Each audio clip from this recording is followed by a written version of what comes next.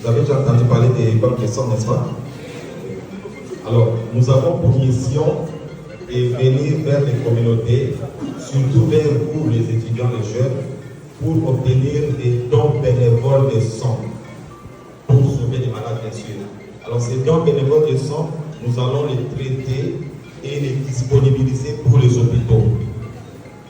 Comme vous savez, quand un médecin comme moi prescrit du sang, ça veut dire Tokomina Souka et l'autre Soussou, il y a coupé ses années, n'est-ce pas?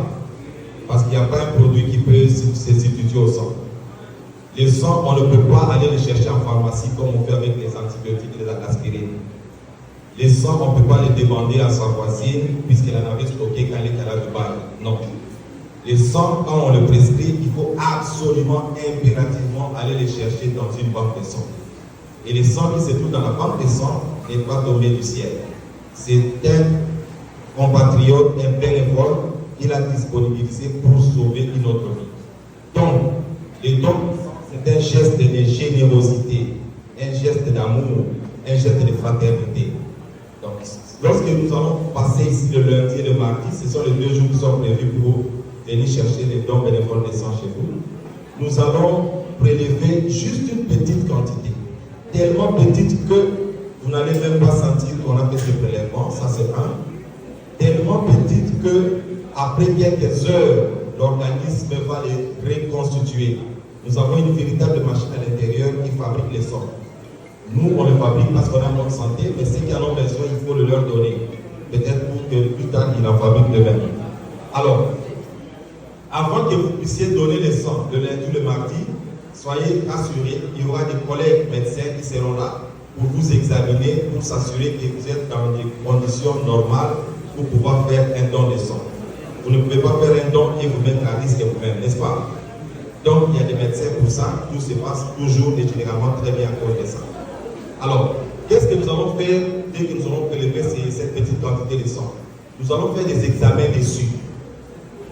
Vous savez, chers amis, j'ai eu peut-être la chance d'étudier à l'étranger, mais à l'étranger, quand on veut faire l'université, il y a des examens qu'on s'est fait faire, comme si on voulait se marier.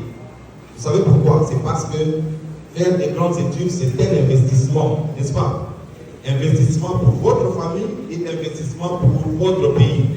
Personne n'aimerait qu'après ses études, 1 année, 2 ans, qu'il ait une jaunisse, comme on dit, un ictère et des douleurs abdominales. On fait des examens cancer du foie. C'est du gâchis, n'est-ce pas? C'est comme ça qu'on fait une batterie d'examens, malheureusement qui ne se font pas ici parce que ça coûte cher. Mais nous avons un avantage aujourd'hui d'avoir des dons du sang qui incorporent ces examens parce qu'il y a des subventions extérieures pour ça. Alors, nous, on se bat pour que d'abord, vous les étudiants, c'est pas qu'on n'aime pas les autres, mais vous les étudiants, vous devez d'abord en bénéficier. Donc, on va faire les tests des groupes sanguins. Vous saurez quel est votre groupe sanguin parce que c'est parmi vous, il y a certains qui ne le savent pas.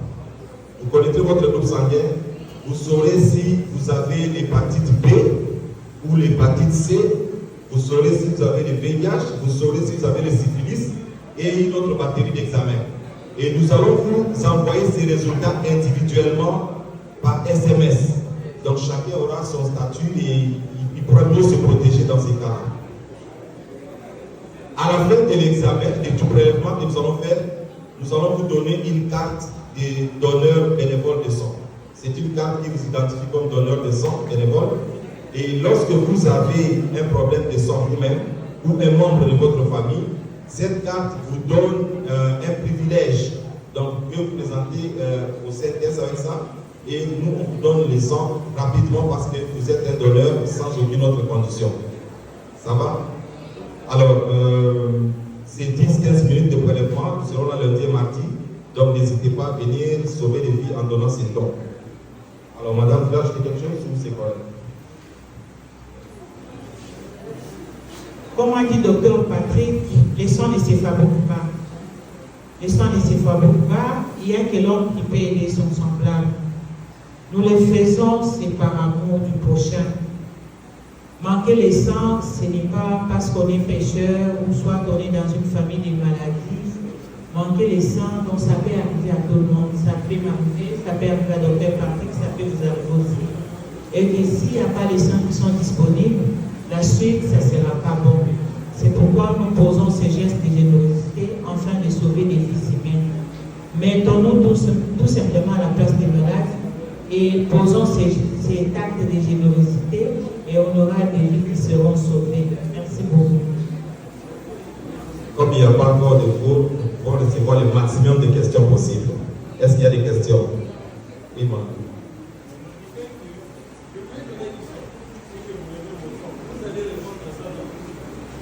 Votre ami demande si nous allons revendre les sangs, c'est ça? Ok. Si j'ai compris la question, je vais tenter de répondre. Nous prélevons les sangs gratuitement, c'est ce qu'on a dit, n'est-ce pas? Je vous assure, mon ami, je vous rassure que nous donnons également ces sangs gratuitement. Mais je vais m'expliquer. Parce que la gratuité, c'est une notion relative. Vous savez, quand nous venons vers vous prélever le sang, nous amenons des poches spécialisées. Ce ne sont pas des poches qu'on fabrique à Kingawa ici. Ce ne sont pas des gobelets, c'est des poches spécialisées pour contenir ces sangs-là. Ces poches s'achètent.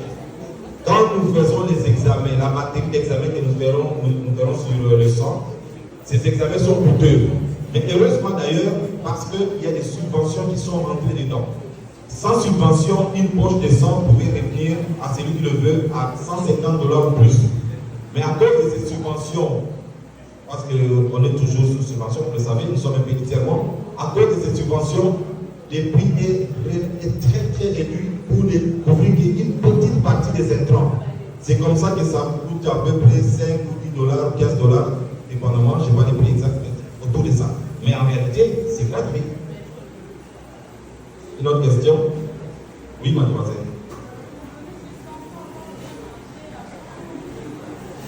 Voilà, madame demande pour donner du sang, il faut avoir bien mangé ou pas.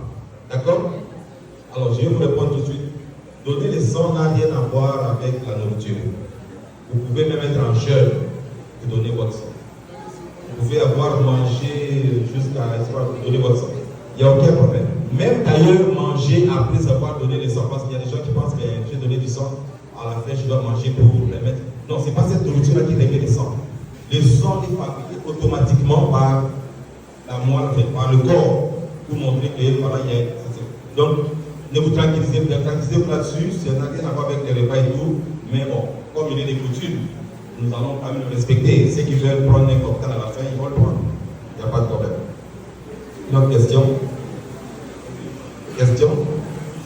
Posez le maximum de vos questions parce que sauver une vie, normalement, ça ne devrait pas se discuter. Normalement. Mais si quelqu'un hésite à sauver une vie, c'est qu'il a des questions pendantes, n'est-ce pas? Donc nous sommes là pour répondre à ces questions. Si je ne suis pas en mesure de répondre, madame Liliane va faire. Oui. Quelle quantité nous prélevons? Nous prélevons, si c'est peu, 250 cc, c'est des millilitres. Il n'y a pas de litres à prélever. C'est une petite quantité, 250 cc.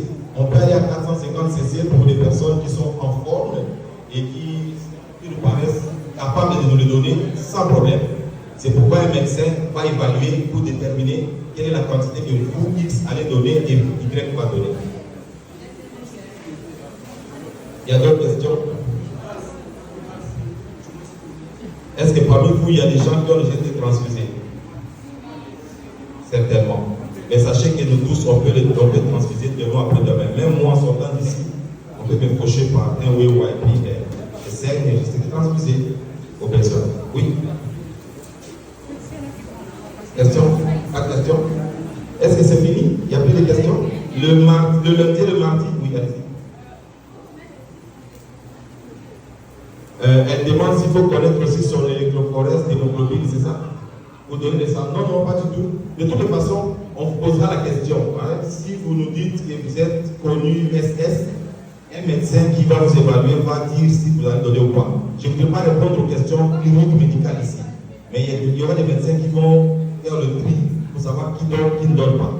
Mais ce qui est sûr, c'est que nous essayons, dans la mesure du possible, de prendre du sang de qualité pour pouvoir donner à des patients qui en ont besoin. N'est-ce pas? C'est tout comme question? Quelle question? Oui. Pardon? L'ami demande les sangs de qualité, c'est quel groupe sanguin?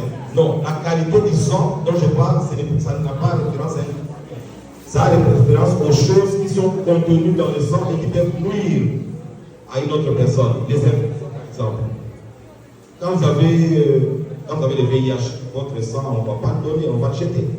Donc c'est un exemple que je donne. C'est ça le sang de qualité. Bon, merci beaucoup. On va vous distribuer quelques dépliants pour ceux qui peuvent l'avoir. Mais sinon, les autres, le lundi et mardi, nous serons là. Merci, bonne journée.